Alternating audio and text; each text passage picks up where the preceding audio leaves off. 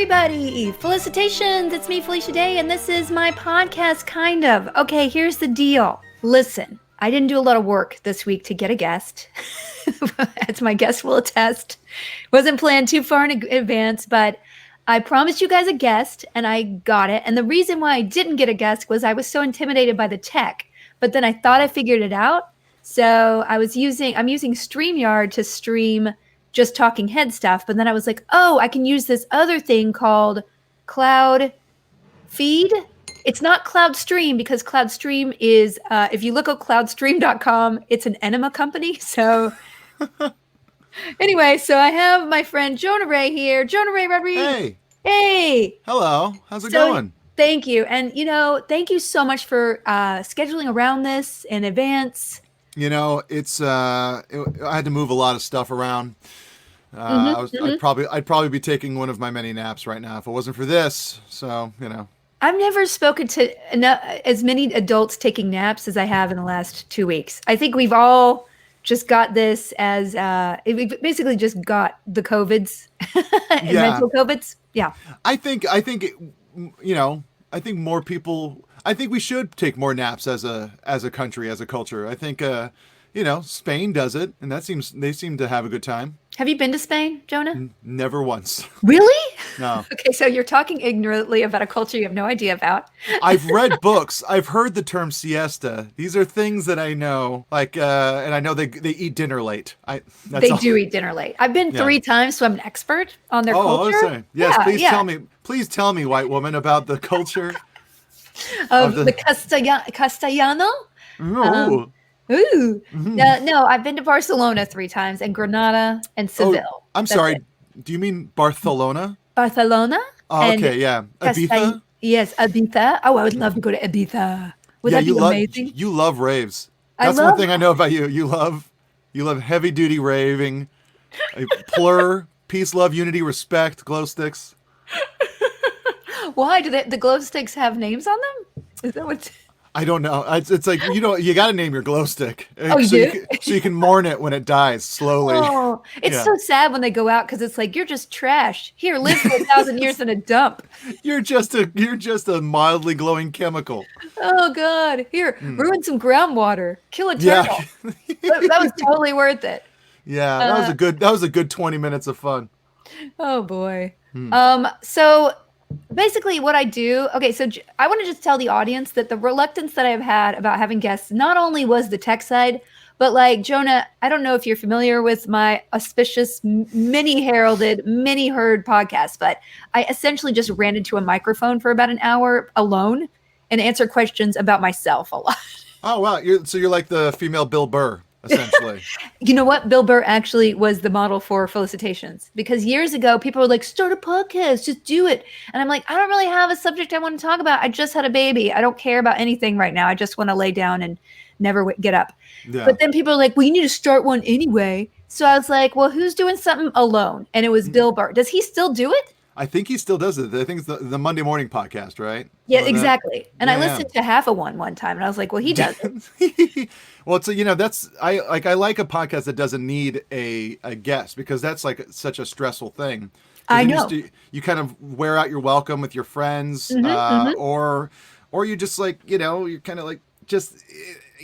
Then you don't want to do it. It's so much work. You start asking people like with the guys that they might like bring in an audience. Yeah, as opposed to having me on, you'll lose some of your audience. Listen, whoever leaves because of you're just come back later. Yeah. I think people are really, really excited about. I mean, you weren't. I promise, I didn't ask no one else. There was nobody else who was like, can't do it. Okay, so you were number on my list. There was I did think that perhaps the chances were you would be available, but yeah. Did you hear? Did you hear the like? It's like you're doing a lot of Freudian slips where you're like, I didn't ask no one else. You said that? Yeah. And then you said you were a number on my list. You didn't even say what number. No, I promise you were the only person I asked. I promise you. Okay, so you want to look at my text? I have a text from a person who has a rug that I cleaned, and it's ready. And then I have you, and I have a text from the contractor who wanted to know something about tile. And then I have a million Google verification codes and bank verification codes because I spend all day trying to figure out my passwords places. Well, once you get the tech all set up, I'm sure that's when you'll ask Will Wheaton. Yeah.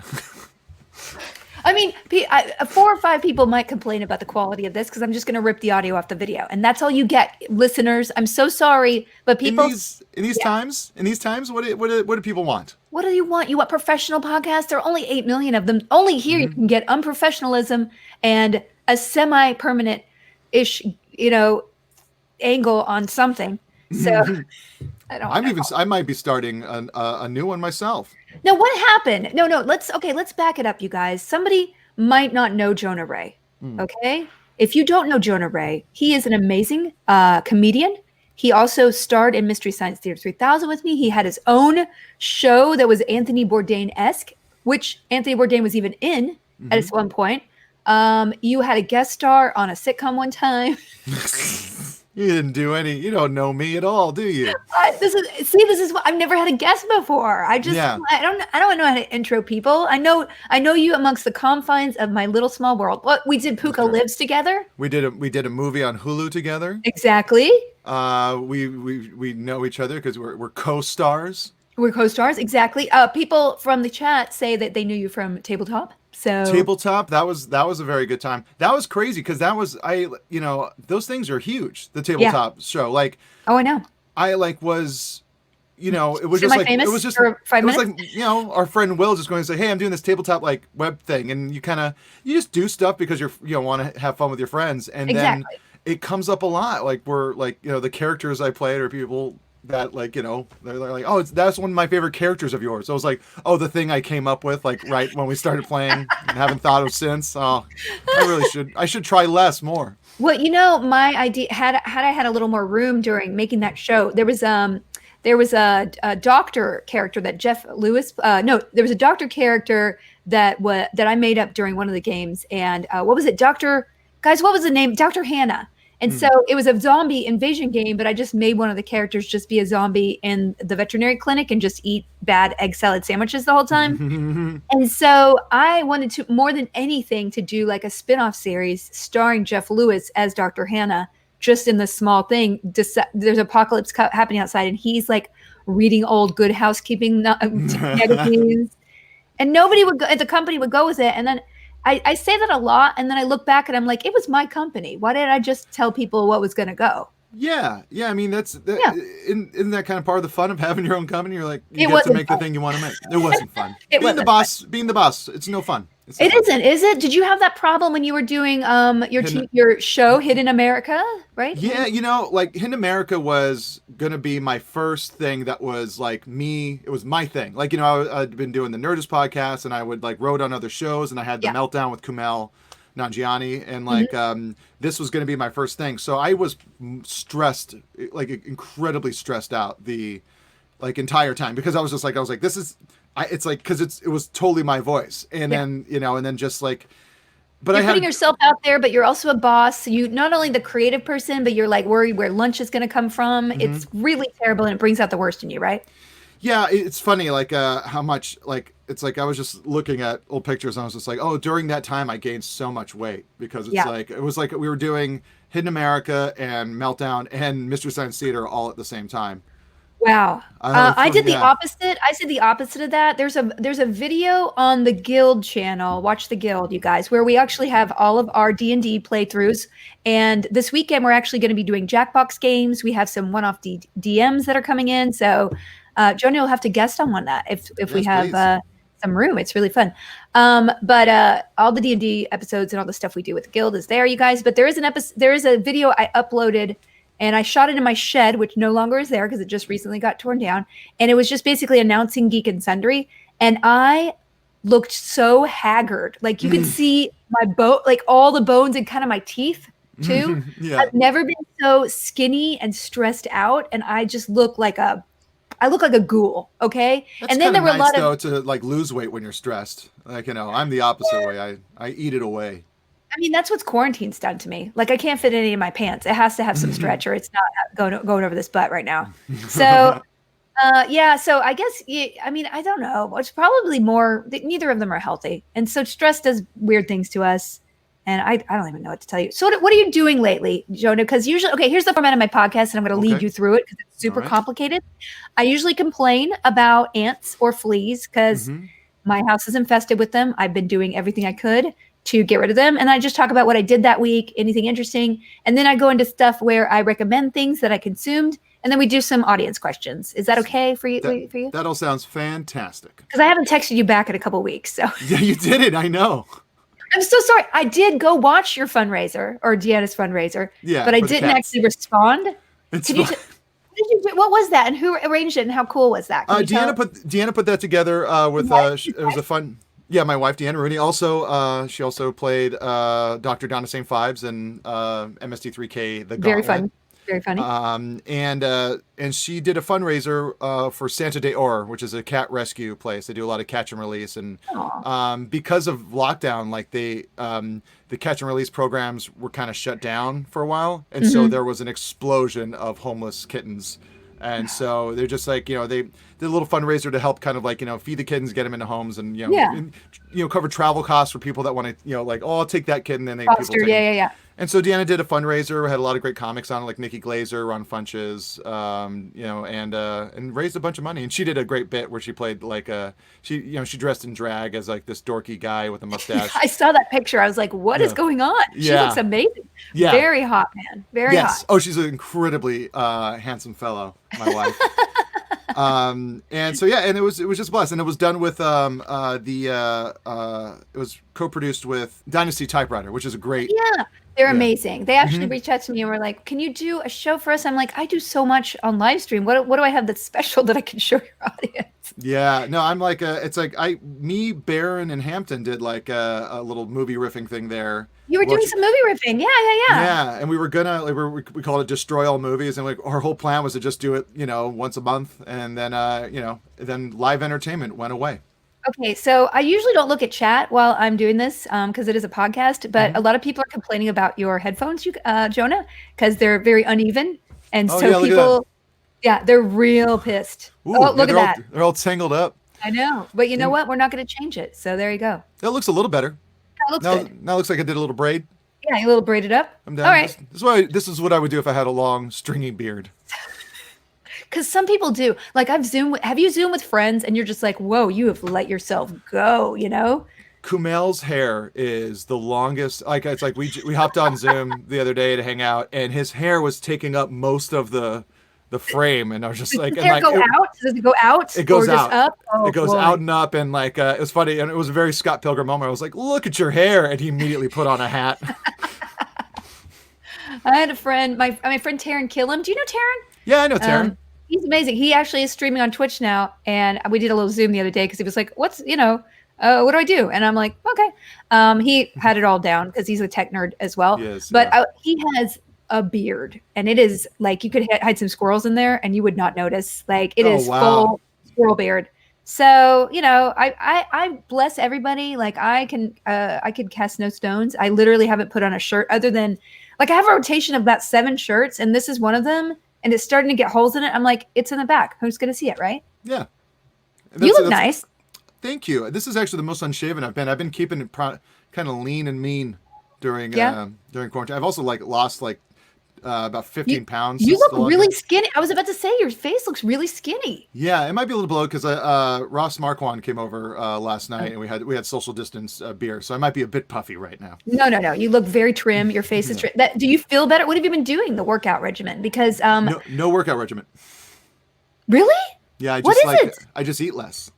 Oh, see, I'm the opposite. I literally eat everything in sight, and I do ClassPass. So they have this new thing. If you pay like $10 a month or whatever, you get all these virtual workouts. I'm like, first, I'm never leaving the house to work out again because and also I can bail in the middle of the class, and no one's gonna be like judgy. So I do 10 minutes of a 30-minute workout and I walk out. That's fine.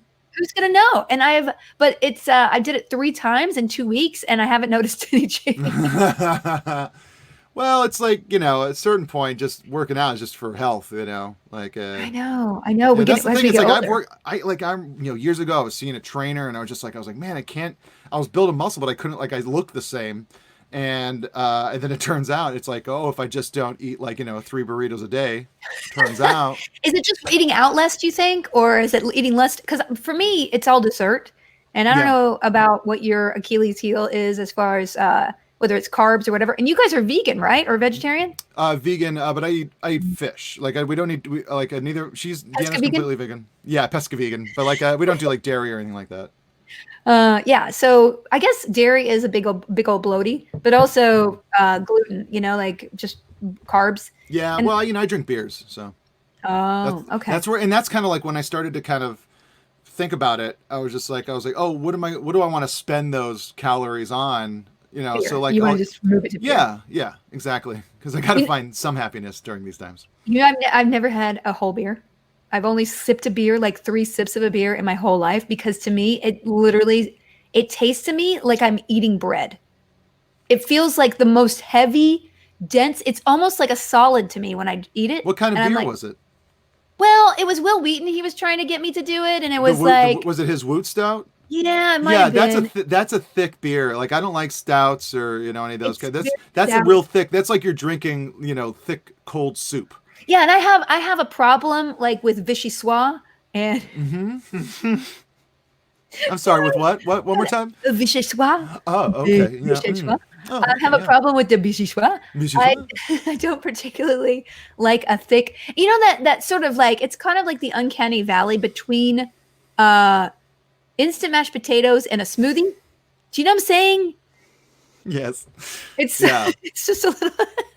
Yeah. No, I mean I get that, but so are you not like what's your take on tomato juice or kind of a vegetable juice? No. Oh no, I like the tomato juice like from the can. It's like you're a vampire. That's blood. That's so positive to me. Yes. Yeah. But I do like. Have you been to Beverly Hills Juice on Beverly and?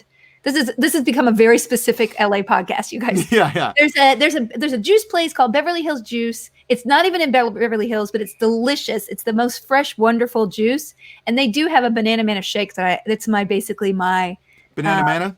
It's called a banana manna shake, and it has a frozen banana in it. And I always get the ginger green, like celery, kale, chard, and then I put a banana and some sunflower butter in it, and they blend it up. Takes all the green taste out of it. It just becomes a sweet thing. You get all the benefits. Mm-hmm. Exactly. Yeah. What is you guys' indulgence besides? What is Deanna's indulgence? Is it beer? Or? No. I mean, she'll have beer here and there. It's what is our indulgence? I don't know. We just like with pizza. Every once in a while, we'll do like pizza. Oh yeah, pizza's really good. No, go. There's great vegan pizza down at this place, Purgatory Pizza in downtown LA. Oh, so we like that. Have you been to? So I don't know about you, but has your feed changed? Has your social feed changed since quarantine? Because mine is completely different. Oh, really? Well, it's all full of cheap old houses from Europe and the U.S. So if I wanted to move to Iowa and spend $80,000, could get a real nice Victorian fixer-upper. Sure. And then in Greece, I could buy like a 2-1 in the Greek Isles. Why not? Why aren't we doing this? I'm not doing it now, but I think about it all the time getting out of here. I wouldn't know what I'm seeing in the feed because I've been off of social media. I've been off like Twitter and Instagram for the most part for about like almost 4 months now. Are you kidding? No. I did not know that. Like completely off? Yeah. That's like I on Instagram I would pop on to like promote like Deanna's fundraiser. Yeah. But other than that, I haven't been on it. I just like popped on, posted the thing, and left. So how do you feel? I feel great. I feel really, really good. I feel like there's a clarity in my brain that wasn't there before. I feel like I would every day like I'd just be refreshing and looking and getting into arguments or getting angry about stuff. And then I took it all off my phone, locked myself out, and then I found myself just reading books and just spending time being fine, living and like feeling good about like just the right now, because all that stuff is just anxiety inducing. It's all 100%, yeah. And it's and just with the way the world is, it's like you could easily just get wrapped up in it.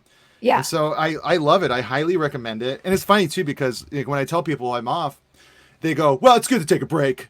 like we're junkies. Like I'm talking to fellow junkies. They're like, yeah, you got to dry up every once in a while, man. But you're coming back. You're coming back, right? But I don't know how much I will, because Will has never been on Twitter for 3 years now. I think that's right. It's been on 3 years, and he's like, man, I don't know. It doesn't affect he's working as much. He is, it's not like a required thing.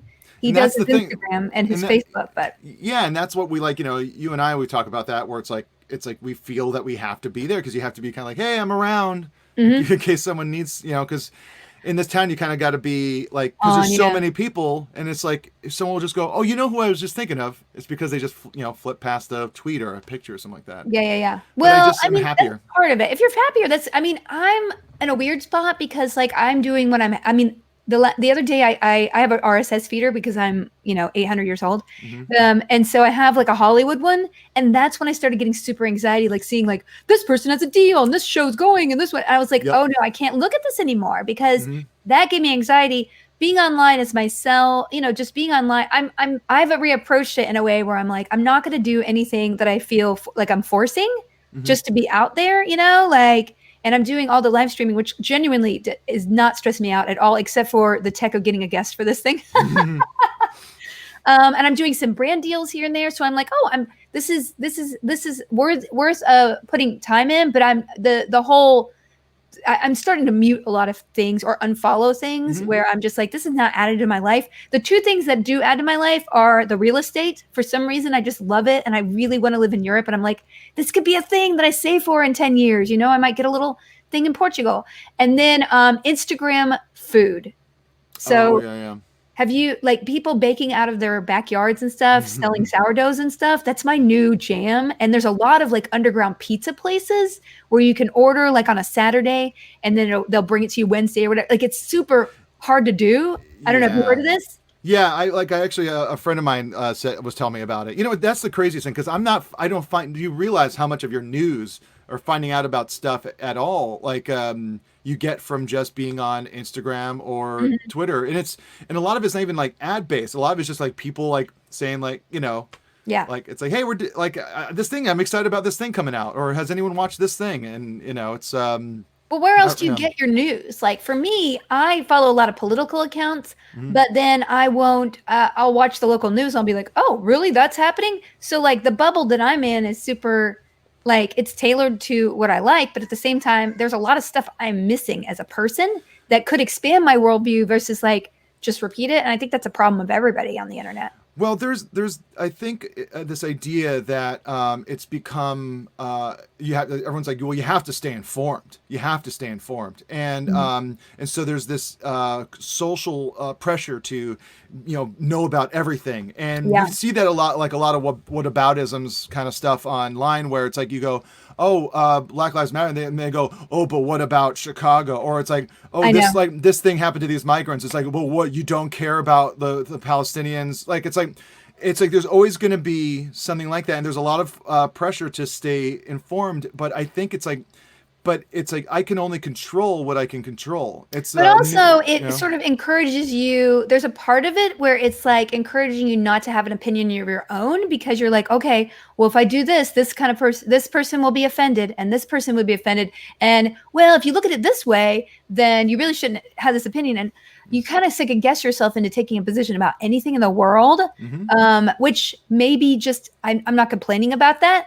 I'm not going to be like cancel culture sucks. Like, cancel culture is bringing to light things that have been wrong in the past that we now are like, this is unacceptable. Right. And I think that's a good thing, but we go through a certain transition where we're unaware of other people's point of view. And I think that's where we're all at. And so we're thinking from other people's point of view, and it sort of degrades our ability to center in on what we believe truly, because we're really busy seeing everything from other people's points of view because of social media. And so it's confusing, but maybe it's possible to get through it, or maybe it's just terribly destructive. I don't know.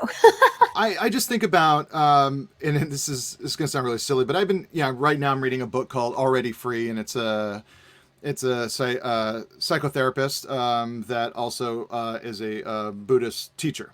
Cool. And the whole book is about like blending those two thought processes and ways of living life. And reading a lot of kind of stuff like that, like, Buddhist teachings and Stoicism and all this kind of stuff. And Is this something that has been a latent interest for you, or is this something that you've always been interested in? Do you have like other like resources besides books that you're adhering to? I watch a lot of School of Life stuff on YouTube. That's a pretty fun thing. But yeah, this is kind of new. You know what it was? Like my therapist, she's like, we were just talking about the stuff. She's like, you should read the book, the Four Agreements. And, by Don Miguel Ruiz. And I was just like, she's like, it's real quick, but I think you'll like it. It'll give us something to talk about, which is like, because I guess she noticed that I was kind of, ping-ponging around a very similar idea of self. And it's a lot of it just this year and the lockdown and a lot of that stuff has made me kind of start to not second guess, but really think about why I do entertainment stuff and why I did comedy. And I almost got to a point where I thought, like, I was like, I think I've just kind of been, I started doing comedy at 20 years old, and I think I had to solidify what my personality or my take on things were at that age, which is ridiculous because I'm, a late bloomer to start with, and you're not really fully formed as, a 20-year-old. But I tended to, I realized, exploit my own life and my own story for the entertainment of others, and I think I was getting to a point where it became kind of an identity crisis. I mean, believe me, you've heard me complain over the last ever since I left my company. I'm like, who am I? And then you feel this need to chase what you were because people liked you as that.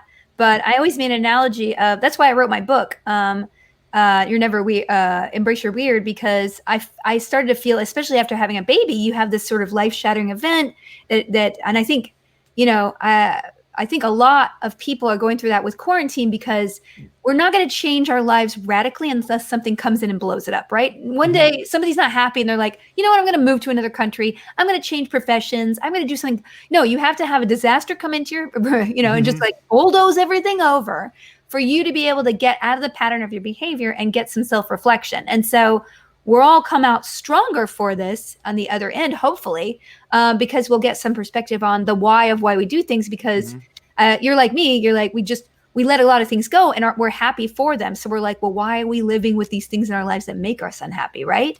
Correct. Yes, exactly. And like you said, we both have, you want to move to Portugal. Like I've been wanting to move to London for years. And, I know. And you can do that. Yeah, and like, it's funny, just the other day you're talking about, like, I was on a website, I was just on like, the flat rentals, and like just looking around different neighborhoods and seeing what the prices were. And a lot of my friends, and I'm sure you got some friends too, like they're leaving Los Angeles. And I have 4 or 5 who've just moving, they're buying houses in, like Nebraska and Idaho and Montana. And it's like, if people want me, they can fly me in, and we're all going to be auditioning on Zoom. Like, why do we need to be here? Right. And necessarily. Yeah. And I helped some friends move up to Portland. And like, you're up there, and there's like, I know other people like Kyle Kinane. I know a lot of comedy friends. My friend Duncan just moved to Arizona. And I've like, it's funny. I realize that most of the jobs I've gotten acting wise have been from like self-tape auditions anyway. I don't think, and they're not going to have dirty actors come in and read lines for them for callbacks. Like, this is why I invested in this nice camera. Yeah, I need to get one of those nice cameras. I will hook you up with all the stats, okay, buddy? Oh, okay, cool. Thanks, Brit. You're welcome. I'll hook you up. But like, if you can audition like this, why in the world do you need somebody to go in physically to do all this? Also, who knows what the future? I know people are shooting now, but they're like cutting out all the smaller parts. They're doing all this stuff, so it's like all of us need to look to other places to not only be an artist, but also do our art. And it might change to something else at the end of the day. But as long as you're happy doing it versus miserable, which I've noticed myself being miserable over the years, that's not helping me. And it's not helping my baby. And it's a waste of time, man. Yeah. We've talked about, it's like, this is, most of our conversations are really just about like this, but it's like, it's great because it's, I don't really have a lot of people I can, like my other like showbiz buddy is Kumail, and it's like kind of hard to like talk to a guy that's like, in a Marvel movie being like, it's like, I don't know if like this business is for me. And like he's just like, oh no, just, try, just keep going, It's not, well, it's just so terribly difficult and so much of a luck thing. And when you've been into it, I mean, like, you're right, like coming up on 20 years, like, 18 years, 17 years of just hitting the pavement and going out there and being rejected as a person. I'm like, am I old enough to just like who I am and believe that I'm worthy? I don't know. Yeah. And it's, we really just, that's what I've been trying to figure out, is like why I do it. And, like in losing weight and, getting LASIK, and there's a lot of things. Did you get LASIK? I got LASIK a couple of years ago. Yeah. What? Yeah. How did I not know that? I don't know. I just stopped wearing glasses, and you never asked. I don't look at your face that much. Yeah. Why would you? Yeah. How was that? Was that creepy? Yeah, it was gnarly. You smell your eye burning. Nope, not doing it. Not doing it. Not doing it. But it's great. I really love it. I really love not having glasses. But it's because I got them so young, and they became, my whole personality grew up around it. And when I see pictures of you as a teenager, like I wish I had one to show right now, you guys, although audio listeners, you don't care. You looked quite a bit different. I looked quite different. I was like, whoa, is that you? I mean, for real, are you looking up a picture? Because you can see if I can find any quick one. Well, here's me at about like, see if you can see that. Me, that doesn't look anything like you. Yeah. Looks like the kid from Little Rascals who bullies other kids. Yeah. Let's see where else. Oh my God. Do I have any others in here? Oh boy. Yeah. I don't. Oh, here's one. Yeah. There's a. Oh my God! This doesn't look anything like you. Yeah. Do you notice Kumail? I don't mean to. I'm not going to cast shade on Kumail because he's amazing. But he was kind of dorky. Yeah, but he's a dork guy. When people tell you you're a sex symbol, something changes inside of you and you get hot. Do you know what I'm saying? He has this smolder now where I'm like, where'd that smolder come? You didn't. That was a lately developed smolder. He's been working on that smolder. Like, really? Yeah. Mirror for sure, right? Yeah. Here's a picture of my family, and I look like their accountant. Why are you so much bigger than your family? Yeah, I don't know. And there's like, there's like my brother, my dad, and me. They look like they're from Hawaii. Yeah, they do. Wow, dude. That much kind of like I was once told by a casting director who I heard later sabotaged a lot of people's auditions because he would tell you one thing and then he would basically rig it so the person he wanted to have the part would come in and do the best read, and he would tell bad direction to the other people on callbacks. Ouch. He did that to me. So anyway, he told me, he's like, your outsides don't mean your insides. And I'm like, I don't know what that means. Does it mean I'm prettier on the outside than I act in the inside, or vice versa? Like, I honestly have never figured it out. Wow. But it's stuck with me for many. It was Win a Date for Tad Hamilton. Win a Date with Tad Hamilton. I remember that. It was between me and Sarah Rue and the girl who got it, who was on Once Upon a Time, who's amazing. But yeah. Anyway. Want me to trash a casting director? God knows I don't need to alienate people, but that's just a rumor too. It might have just been somebody who told me that because they were bitter. Well, it's also like the casting directors trying to do their best, because that's their job. They're directing, Jennifer Goodwin, she's great, and she probably was better because I literally would have so many panic attacks I couldn't even say my words. So probably she deserved it way more than me. Oh, she was also in Walk the Line. She's really good. Yeah. Let's not talk about her anymore. Okay. So, wow, we've talked a long time. This is good, you guys. Having a guest really works. Listen, let's talk about things we've consumed. Now, you've already talked about the four. The four agreements and Already Free. Now, are these considered like cult books or are they intellectual books? They're intellectual books. Well, Four Agreements is probably closer to a cult book, just because it's a bit woo woo, and it's it veers towards the secret kind of territory. But it is basic things to keep in your head, and it did help me a lot, just kind of like with just my journey of trying to get rid of the self. And then what else am I reading? Listen, I wouldn't be here without The Secret. For real, because The Secret inspired the women's group that I joined that made me write the Guild. Oh, wow. So I would not, and then, The Secret people got arrested. I guess they... Oh, they did? Oh, yeah. I think they went to jail or something. Like for real. They're really like crooks. I think, you know what? I might be talking out my ass. Yeah, yeah. Somebody fact check everything I'm saying. I heard there was. Are you sure? Are you just thinking the Knicks VM? No, that one was. Oh my god, my friend. I started. You know, I had a couple people who were from Vancouver. Were like, I'm in this thing, and I'm like, oh, that's not weird. Also, they controlled the local acting class, like Scientology did in the class that I took early in my career here. Which I don't want to say anything bad about people's belief systems. You believe what you want, but okay. Secret arrested. I'm looking this up, you guys, because I can't. He was okay. James Arthur Ray, convicted felon. Wait, wow. Is this even? Oh, this is just a guy who got arrested. Does it say why? No, this guy has nothing to do with The Secret, but I'm just looking at it. He's a spiritual warrior retreat conceived and hosted by him in Arizona, where 2 people died from a sweat lodge exercise. So this has nothing to do with The Secret. Yeah. Wow. What way to throw The Secret under the bus. One of the guys from there did kill a bunch of people in a sweat lodge. Okay, Namek. Okay, so that was. I didn't know The Secret was like a group. I always just kind of thought it was a thought process. I thought it was a woman. U.S. motivational speaker, manslaughter, 3 people. Oh, that's so sad. God. Okay, well, terrible. On the upper rim. Okay, so you've been reading that, and have you been reading Stoic philosophy as well? A little bit, just stuff like articles online. The other one, I'm Already Free, is the one where it's the therapist that combines Already Buddhist Free stuff. Yeah. Oh, that's really interesting. When I went to, have you been to Thailand or Asia?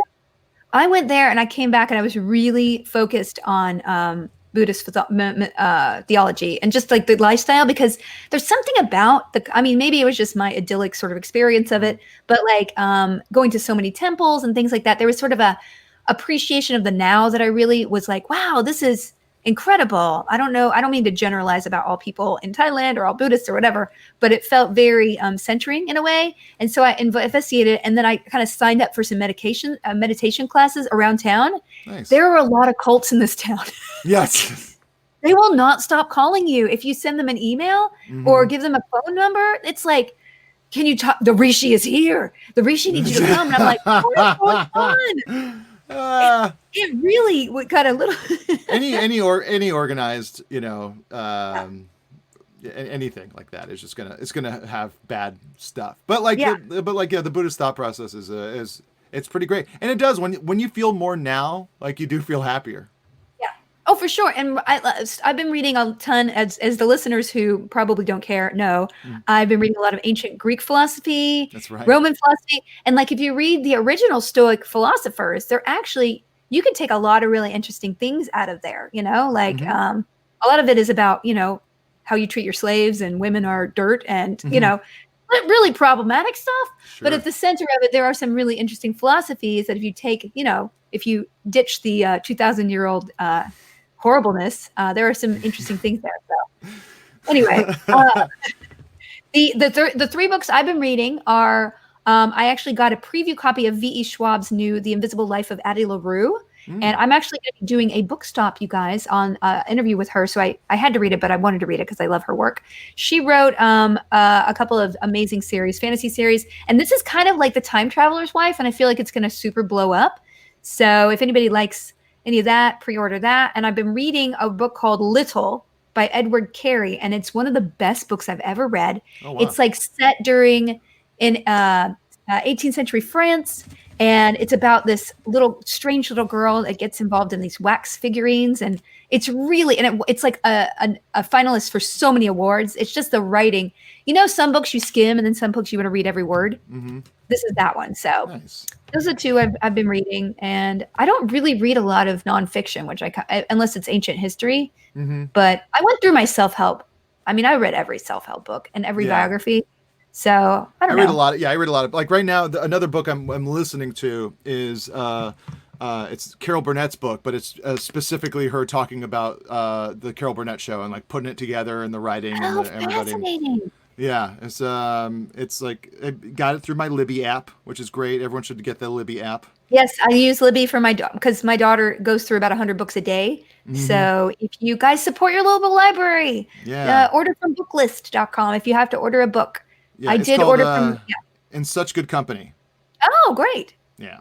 And I mean, her and Gary Shandling, like I think Gary Shandling, maybe not the best guy, I guess, especially with women, but amazing things he did. Like if you watch his shows, they were always so innovative So great. and so imagine. I mean, that's where The Simpsons came from. Mm-hmm.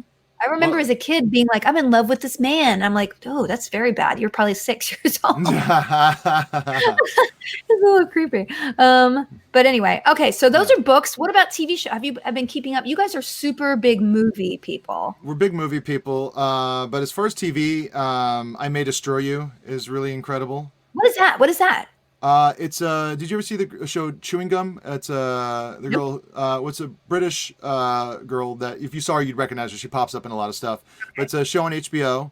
Okay. And it's pretty heavy. It does. Oh, yeah, I'm gonna read. I read an article about her, how she totally held out for like she held out for like the deal of a lifetime because of this, and I hear it's incredible. It's a really really good show, and it's pretty heavy. It dives into the repercussions socially and emotionally of a date rape and sexual assault. So Yeah. me and Dee were watching All Be Gone in the Dark, Mhm. and then which is also a really brutal but well put together show about the Uh-huh. Golden State Killer, and Oh, also yeah. I need to watch that because of Patton. I need to watch that. yeah It's supposed to be amazing. yeah. But like and then we watched one episode of I May Destroy You, and we're like let's wait on this. This is maybe a bit. Like Dee was fine, but I was like, this is a lot of violence towards women. I gotta take a break. You got to from watch this. Little House Hunters, basically. You got a little House Hunters, who's Boosh. Maybe the floor is lava, perhaps. No, like, Forest Lava's fine. You know what? I actually like what because I auditioned for a part in Mixed-ish, and I had never seen Blackish. I had never seen Mixed-ish. So just to get like the tone of the show, you do a little research, and so I watched a couple episodes of Mixed-ish, and then just spent the entire rest of the night watching that show. It's very very good. It's like a feel-good family show that's also very funny, but it feels like for one of those. I think that was one of my last auditions where I walked out and I was like, I can't do this ever again. yes. It was one of the people in his. It was one of the people in his. Maybe it wasn't that show. I think it might have been. I don't know, but it was terrible. Yeah. It might have been Grownish. Yeah, I mean, it was so bad, and I trembled so, and they were just people. I think expect me to come in and actually do a competent job, and they're just like, "What just happened?" Like she just fell apart. I'm like, I can't help it. Yeah, it's like I'm the same way. It's like once I have the job, I'm fine. Oh yeah, for sure. Yeah, but it's on set we had such a good time. You're you're like having a good time. You're so like in the moment. So fun to work with. Yeah. And then but that audition, that's why I'm kind of hoping like if I just have to send in tapes, like I can do that. Like that's what I do on a regular basis. I sit in front of my computer. Yes. How was that made my name? That's like I did it like the dumbest thing recently. Well, to end that self tape because I've just been trying to have fun with it. Yeah. And like the part is it's a guy talking to another guy about a car that just came back to town, and then I just instead of just doing a normal slate for people like it's like where you just go, hi, I'm Jonah Rodrigues. 6'4" and I'm out of Los Angeles, California. Just info. So typical things. Typical stuff. So instead of just doing that, I just I edited a little thing where it just like flashes into pictures of me next to my Volkswagen Bug drinking a beer, and then I had the song "The Boys Are Back in Town" by Thin Lizzy playing. Oh my god, that's so good. Yeah. I mean, that's amazing. I would love that as a producer. If I saw that, I'd be like, this person put a lot of work into this. Yeah, it was just one of those things where I'm like, this could be funny, And Yeah. it made me happy. That's what I'm trying to get better at with almost everything I'm doing. Is just like, what's going to make me happy about this process right here, right now. Exactly. Yeah. I'm so bad. I'm doing a book proposal and I got some notes and I worked all summer on it and I got a lot of notes on it and I'm like, oh, you got to tear that thing apart. And like, that's just the process. But I get really down about it and I'm just like, oh, I can't do it. And so I guess the challenge, and I did say this in my own book. So I'm like, what is that chapter where you gave that good advice to other people that you're not taking right now? That I need to find the fun in it and I need to play around and do bad work until I find the fun angle on it. So yeah. Oh, that's what I read recently. I read You're Never Weird on the Internet. You read my book? Yes, I read your book on that's Libby. Weird. Yeah. Oh, thank you. I didn't. I was like, I wasn't sure if I should tell because it is kind of weird. It is a little weird. Well, I've read many of my I've read people that I know's biography, and it is weird knowing so much about them. Like you're like, did you mean to tell me that thing about the high school? Yeah, and then like I'm not sure. Like it's like now like what you've told me and what I read in the book. It's all lies. Yes, it's all lies. The book is all lies, basically. Yes. The book is a lie. That's your next book. It's just the book was a lie. So basically, the sequel would be like things I didn't tell you in my last biography. Yeah. No, that's the thing about me. It's like what nobody could blackmail me. I'm just like, okay, whatever. Yes. It's out there. Well, what's the what's it's if like the way to be the most powerful person is to always tell the truth. Yes, it's true. It's really true. Yeah. And you don't and I think that's the thing, like a lot of us walk around like hiding, just trying to fit in, and that's like a theme that I think I like to of course like encourage people just to be themselves without fear, because I think that's part of me. I'm always afraid of people seeing the real me in a weird way. Yeah. Because I've been rejected for that so many times, and I was like really sheltered, so I was never accepted for any version of myself until adulthood. So, whatever. It's fine. I'm not going to say. Oh, also Lovecraft Country. Lovecraft Country is so good. I haven't watched the third episode yet. No, I haven't either. But it's crazy. And it's such a good book, though. The book was great, and I read it, and I was like, "Oh my god, this has to be a TV show." And I was like, "Oh my god, the perfect people are making the TV show." And I was like, "Oh my god, the TV show is amazing." Yeah. It's so crazy, so good, good. And did you ever check out The Great? I know I told you to check out The Great on Hulu. I put it on my queue. Okay. I haven't watched any TV. People who listen to my podcast will know. Like every night, I'm either writing with people because I have a couple writing partners who can't work during the day. So like every night is either streaming, or that's why I'm moving one of my streams to the daytime stream, just because I got to be my baby a little bit more. Mm-hmm. But after she goes to bed, and she's being a little bee lately and going to bed at 9 or 9:15, I'm just like, please, you are 3 years old. You need to be in bed at 7 o'clock, baby. Try to ruin me. So, you're ruining my life. I know. These are great parenting My mom tips. told me that one time, but I don't want to ever tell her that. But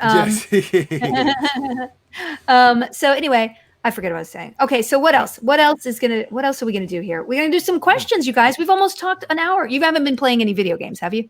No, I don't really play video games. You're not a gamer. No.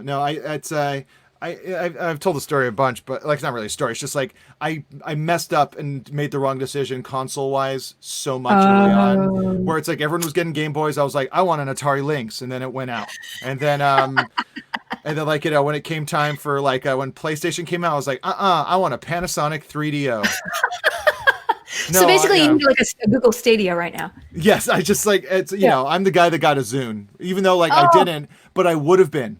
If I could afford like a iPod or a Zune, I probably would have ended up getting the Zune. I have to tell you, the Zunes were pretty good. The Guild was one of the premier titles on the Zune. It was actually lovely, and the screen was really nice, and nobody used it. Nobody used it. Yeah. So like it's like so I didn't play for a long time. Every once in a while, I'll, like because I have an Xbox 360 or an Xbox One, and every once in a while I'll like just play Mortal Kombat and be bad at it. I think the fun, the ones that have been the most fun for me are the ones where I get to play with other people, like this new one, Fall Guys. Like well, also Fall Guys. Okay, I never wanted to be good at a video game except for World of Warcraft, because I felt like I was going to let everybody down if I wasn't the best warlock I could be, Yeah. But Fall Guys, for some reason, I am triggered into like wanting to be good. Like I'm not like super competitive person. I really don't care if I win or lose, and that's the thing. I feel like I have power. I'm like, okay, get ahead of me. I don't care. Yeah. But there's something about this game that I personally want to be good myself. It's like a reputation thing. And I've only had that drive with the violin and billiards. And that's pretty much it. Those are my sports. Wow. That's it's like I've never really been that like competitive. And so it's like, and it might just be laziness.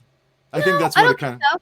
I think because I think some people, I'm very ambitious, but I'm always trying to beat myself. I think a lot of other people foment a lot of jealousy and rage and competition because they want to be better than other people specifically. And I've played board games with some people who are like, you should be banned from board game playing because they're so freaking awful and they want to win so bad, Yeah. So, all right. Well, we're going to ask a couple questions, you guys. Thank you for being here, you guys.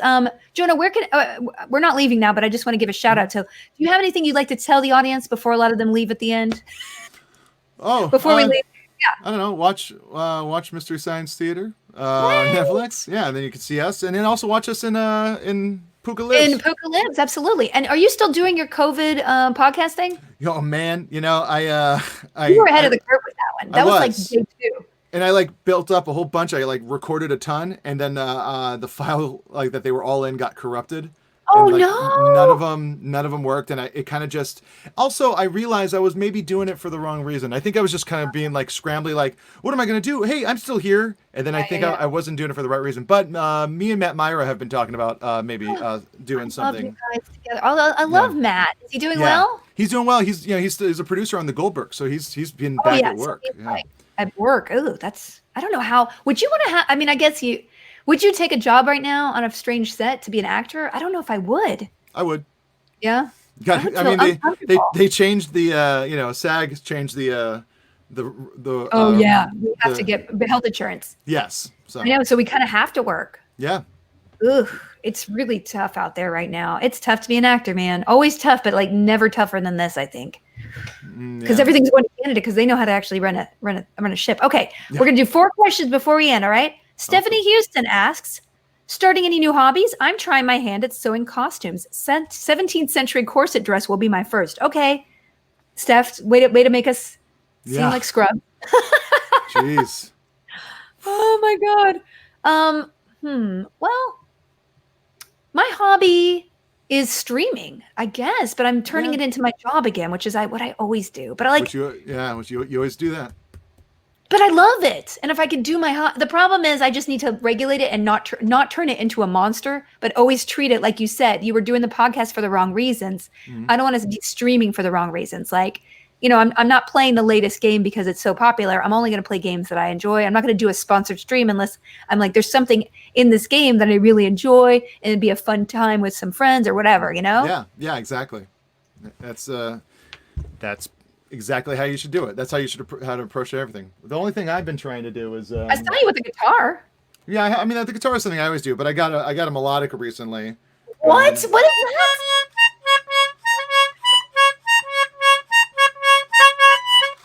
that? No. What?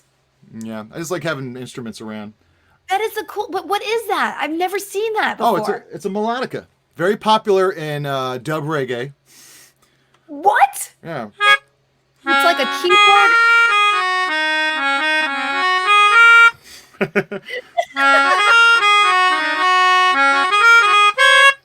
See, still working on it. Your hands look so big compared to that thing. They are like, big. I forgot how big you were, and then I'm just like, you look like. That's amazing. That's a really like, so dub reggae. What is that even? I don't even know. Is there a special? Okay. Right. Next question. Sierra Delta asks, who would you cast in a gender swap version of? Well, it's basically Supernatural, but like, who would you cast in your roles, Jonah, as a gender swap? Okay. So like if you were in MST3K, like if you're going to gender swap you in MST3K, who would that be? Oh, just who would I it's funny because in an interview I talked about this and I think like I always liked you taking over, but it would be your character taking over. But I always thought it'd be cool if like Kinga gets like knocked in the head and then she like loses, like she forgets that she's evil. And then like, and so then it's like, it's the bubbly, fun Felicia, like would be a great. Oh, it would be the nice Felicia. Yeah, exactly. I just took a picture in a sort of like a tool suit and posted on Instagram for my friend. I can do that. Yeah. But it's a gender swap. Does it have to like match? Like, cause it's like, I think also, Kate Micucci would be a great, Micucci would be a good version of you. Like totally, like literally shrunk down, like you just like compressed in a press. Calliope is obsessed with knowing how things work. So she's like, how do they make toilet paper? How do they make paint? And quite frankly, I don't know how anything in this world is made. That's what I've. Yeah. It's so fun when you're like, this dumb thing's broken. You're like, you don't even know how to make the thing that's encased in. Nope. Do you know how to make a self inking stamp? No, I just learned the other night. It's very complicated. Do you know how to make toilet paper? No. I got like years and years ago, I bought like a 1970 Volkswagen Beetle. And it was working fine. And then I was like, yeah, but if it needs work, it'll help. I'll teach myself how to do it. I haven't been able to. I don't know. It's like I look at the engine and go, try it now. I think think you could probably learn how to do it. Because my dad is a plastic surgeon, and he's literally trying to fix the turn signal on his BMW SUV by himself. Wow. And he had to download like some kind of weird electronic pack to do it. And I'm like, this is his hobby, I guess. Yeah. Like fix things. Because I'm like, why are you under your house installing a sump pump like by yourself? It's like, it's relaxing to him. And I'm like, that's the kind of dad I have, and that's probably why I am the way I am. I would like to say that my equivalent in like Supernatural would be like Damian Lewis, because he's such a hot redhead, but it's probably Rupert Grint. Do you know what I'm saying? Yeah. I mean, I hate to put myself down, but like it would be Michael Rappaport. Oh no. No. Oh boy. Okay. Next to last question. We have MST3K Temple. I see who's in the chat. Hello. I'm a compulsive collector and I hang on to everything. Are there any favorite pieces of memorabilia you have saved from your career? Yeah, I got some here. Do you steal it off the set, or do you actually just have it? No, I wanted to steal so much stuff off the set, but I didn't. I think they ended up like selling them. Here, I'm gonna get up. Hold on, real quick. Okay. You're not leaving. Putting yourself down. Rupert is great. Yes, you're totally right. I'm sorry. I don't mean to look at chat, you guys. Sorry, audio listeners. Rupert Grint is amazing. It's just like he's not a sex symbol necessarily, right? I'm such a Hermione, Harry kind of thing, Harry Miney fan that I just can't even withdraw. Oh, what were you going to show us, Jonah? So this is the back of my chair. Oh, I have a lot of chair backs. Those are important. They're really strangely important. This is my first one. My first one I've ever done. Yeah, and then here's this is for when we were doing the last live tour. It was the jacket. Oh, that's great. That jacket is nice. Yeah, every time you wear that, that's a nice jacket. It's a nice jacket. And then this is one of the sketches we did for Hidden America with Ard Marine was in it, where she ran a restaurant in Seattle called Frasier's. It was a Frasier themed restaurant. And so it's all like the most beloved sitcom in television history, and it's like a full-on menu that our art department made, where like appetizers, scrambled eggs with a side of tossed salad with a side of scrambled eggs. Pick two, half salad, half scrambled eggs. Soups, egg soup, extra soggy eggs with tossed salad soup, tossed salad reduction with eggs, and it's just all that. And then there's the Eddie, Daphne's moon, Niall's cranium. That's really out of detail. Did you even show that in the show? It's like there's like a shot of like over my shoulder, and I kind of like list off a couple, but there's so much in here that wasn't. So like holding on to this like a. That's really good. Was that your idea? No, Frasier's was actually that was a pitch from Mike Mitchell from the Doughboys podcast. He was a writer on the show. He also shows up as a character that like a Guy Fieri character, but that was his pitch, was Frasier's. He had like his pitches were always the silliest. Yeah. Like Mike Mitchell, who I love him so much, but it would always be like that one was Frasier's. Another one of his pitches was for the Seattle episode was like he's like there's coffee beans, but like they're actually like alien eggs but like pods and then like when you grind them, that's why they're screaming. And then I'm like, I don't know, man. And then like he would just go, put it in the show.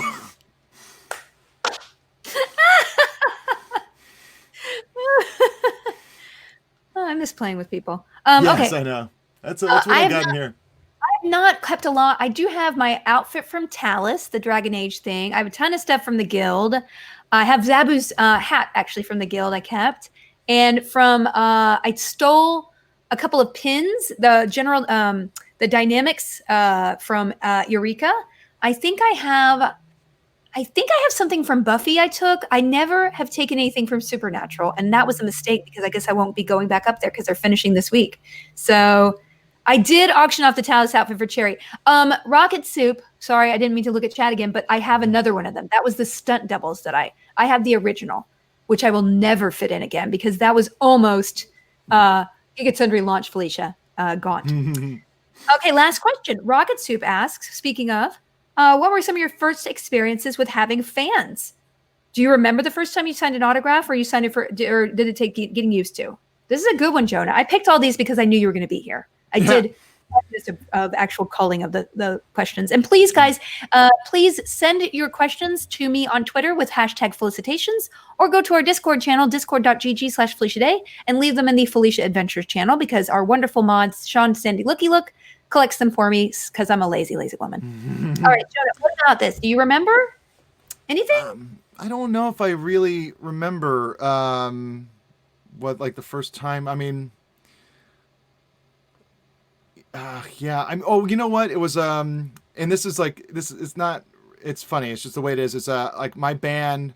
When I was like growing up in Hawaii, I was in a band, and it was like right before I moved, and our band got kind of popular, but like there was like a 12-year-old kid that was like, it was his first punk show. And he came up to me. He's like, "I'm a drummer. Can I have your drumsticks?" And I'll be like, and I remember being like, it's like, you know, I'm like, you know, 18, and be like, it's like, but I can't really afford more drumsticks. And like, and I'm like, and I was like, okay, here you go. And he's like, can you sign them? And and I remember signing them and then handing them over. And this is like a testament to how I've treated everyone that's ever, like, you know, said they're a fan of mine. I handed them to him. I was just like, I'm sorry.